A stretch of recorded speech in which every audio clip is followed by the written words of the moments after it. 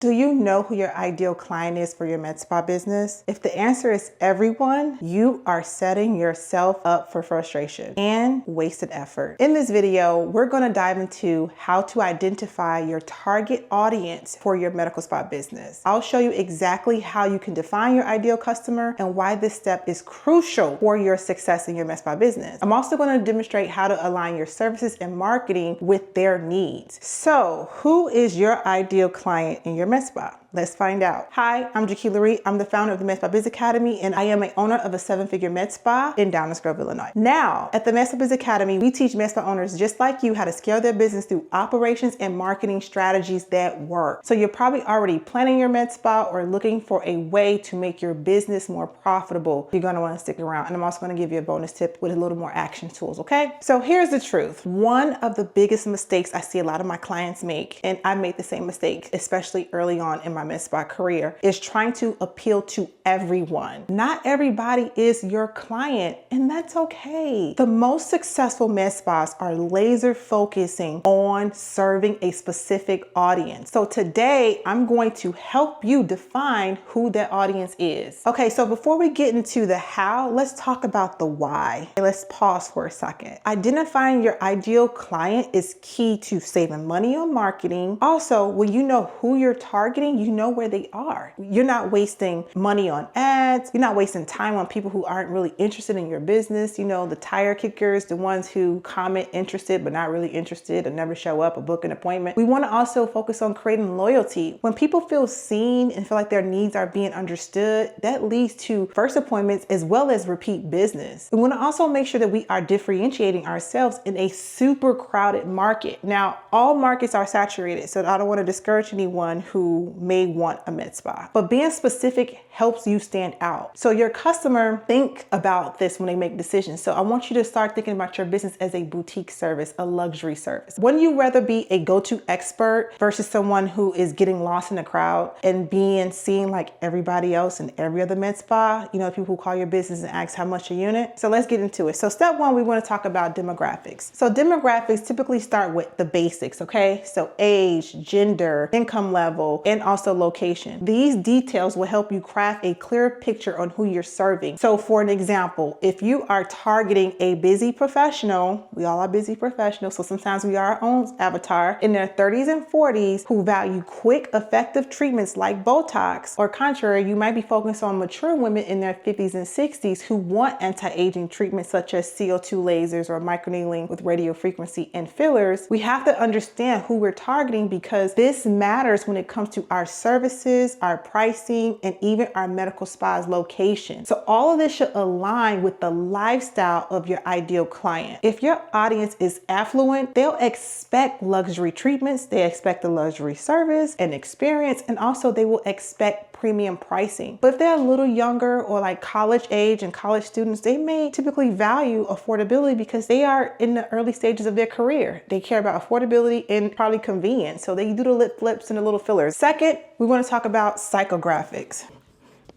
Demographics is only the surface, but you have to truly understand the psychographics of your audience to truly connect with them and understand them. So when we think about psychographics, think about their values, their pain points, their motivations. So ask yourself, what do they want? Who are they? Is it confidence? Is it self-care? How do they define self-care? And also focus on what solutions am I offering? Are they concerned about acne? Are they concerned about premature aging? Are they concerned about wrinkles? And if they are, if they haven't taken a step, what's holding them back? Is it time? Is it money? Is it the fear of looking unnatural? And what do they value? Do they value convenience? Do they value luxury or natural enhancements? So for an example, a young professional might value a quick lunchtime treatment because they're always on the go. In contrast, a retiree might value being pampered. You know, they might like longer treatments and they want to see visible results because it's about them right now, right? We get that often as med spa owners. It's me time. So we want to also understand that where they are in their life. Now we have the demographics and psychographics. Now let's actually create an avatar.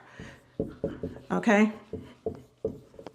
So the first thing we want to do, we want to give our avatar a name. Let's name our avatar Emily. We want to give them a name and also a backstory. So we want to visualize ourselves talking to this person when we are doing our marketing. So for an example, Emily is a 42-year-old female. She's a mom of 2 and she works as a project manager. She wants to look natural. She doesn't want to look overdone or frozen. She don't want anyone of her peers or colleagues to know that she had anything done. And she actually doesn't even want Botox, right? So she values efficiency because she's busy juggling work, family. She's also a wife, and she's willing to spend a little bit more on quality treatments that tailor to those needs or her goals. When you market to Emily, you need to know all of this, okay? So the language that you choose in the services you highlight, those speaks to her needs and her desires. So now that we have defined her avatar, we have to do something called alignment.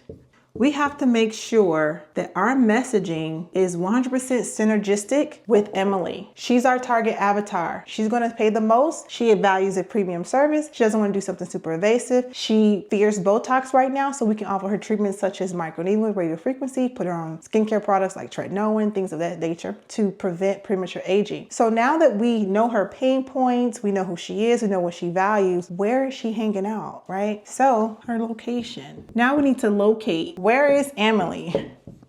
So we know who she is. We make sure our messaging is aligned with who she is. Now we have to find out where she is. So we want to make sure we use marketing platforms where our avatars spend the most time on. So let's say Emily strolls Instagram during her lunch break about 10 to 15 minutes. So your ads, your posts, everything needs to be targeting her and be available on that platform. So now we have our messaging, we have the location, and now we want to make sure she can see it. She doesn't want to hear about eliminating flaws. That's not her concern. She wants to hear about natural enhancements, feeling confident in her own skin, looking like herself, okay? The more specific you are with your messaging, your services, and your experience, the more likely you are to get her in the door as a client and create loyalty with her. She's gonna think, wow, this MedSpa gets me. So I'm gonna play a little game here. I'm gonna create another scenario with Emily. Let's say we have MedSpa A, MedSpa B, and MedSpa C. And this is Emily. She's wearing a cute little dress here, and her concerns is anti-aging. So anti-aging is important to her, but let's get a little more specific on something that she's been Googling. Let's say she's noticing some hollowness around the eye. So let's say eye hollowness or eye bags, because most people say eye bags. Let's say MedSpa A offers weight loss, IV hydration, hormone replacement therapy, body sculpting, and let's say Botox, right? Botox fillers. And let's say this MedSpa offers Botox, let's say weight loss, massages, as well as teeth whitening. And let's also say lipo injections, maybe even body sculpting. So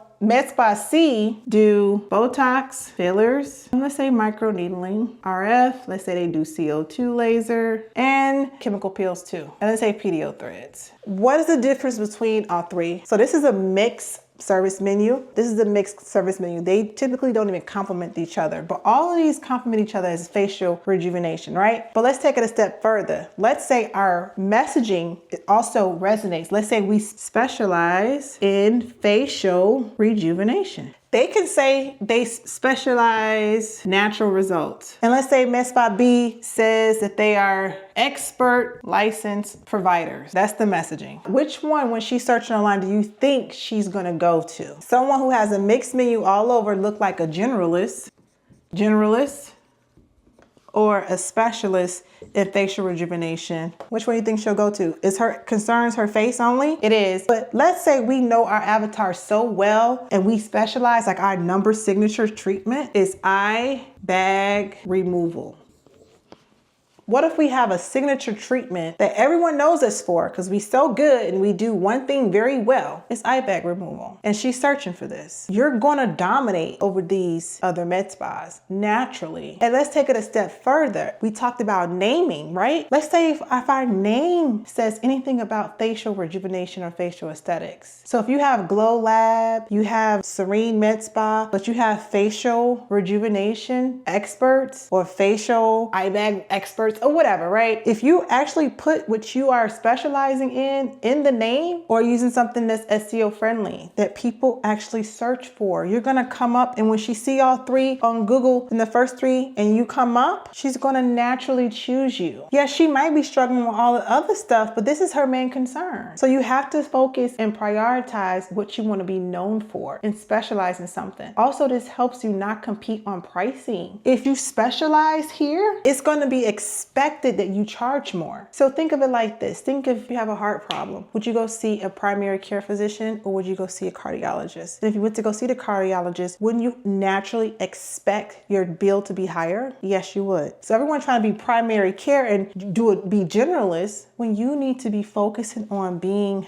a specialist, developing a signature treatment, developing a signature name that's SEO friendly, that solves a problem, understanding your avatar, okay? I know I kind of went off track on the video, but this is so important. I teach my clients this all the time. This is what I do in my own practice, and this is what gets me to 7 figures. This can get you there, but takes longer, and you're gonna end up discounting your services because this person here is gonna call around for pricing. And then what's gonna happen? They're gonna be discounting 20% off, $6 a unit. You don't have to do that because you have a signature treatment, you're known for something, and you're a specialist, and you do combination therapy to give people the best outcome, and you understand who this person is. So I really hope you enjoyed that demonstration and that exercise. I go through many of these with my clients. Now let's talk about understanding your avatar on a deeper level. If you use Instagram stories, Instagram polls. Again, you can use job forms. And if you are a new owner, you're like, well, how do I get this information? Again, use Google Trends, keyword researcher, answer the public, and things like that, so you can see who's searching for what, okay? But also remember, a pro tip, that you need to speak like the avatar. So you don't want to use language that you use as a clinician. Like, you know, when you have a patient come into the ER and they have questions, you have to use it to where they can understand. So if I'm searching for a solution to a problem, I'm not going to type in certain brand names. I'm not going to type in certain devices. I'm going to type in how to, best near me, and things of that nature to solve a problem for me. So if I'm experiencing some dark circles, or I don't like my smile lines, I might use the phrase parentheses around my mouth. So you want to use those type of phrases in your keyword planner and your researcher tools, and then make sure you set the location, okay? Now that we validated our avatar, we understand who they are. You can technically have more than one, but I don't want to go too deep into avatars. Let's just focus on one, getting good at one service, one signature offering, becoming the specialist, and serving that one person over and over and over and over again, because birds of a feather flock together. So I am technically my own avatar when it comes to the MedSpa Biz Academy, because I was failing horribly 6 years ago. So I understand what you're going through if you are failing or you just want to improve on your services. So a lot of people flock together. Like when you are a nurse or a physician or anything, you have other physician friends, you have other nurse friends. So don't think of it as limiting yourself. You're not limiting yourself. You're growing a stable, sustainable business with predictable income. Now that we've identified and validated our avatar, it's time to put it into action. So I want you to create your client avatar and start with your services. Align your services and your marketing efforts with their needs and what they want. In the next video, we'll dive into conducting market research with the tools I mentioned in this one and uncover exactly what your clients are looking for in your area. So if you have any questions regarding the content and the strategies I went over today, go ahead and leave a comment below, because I want to know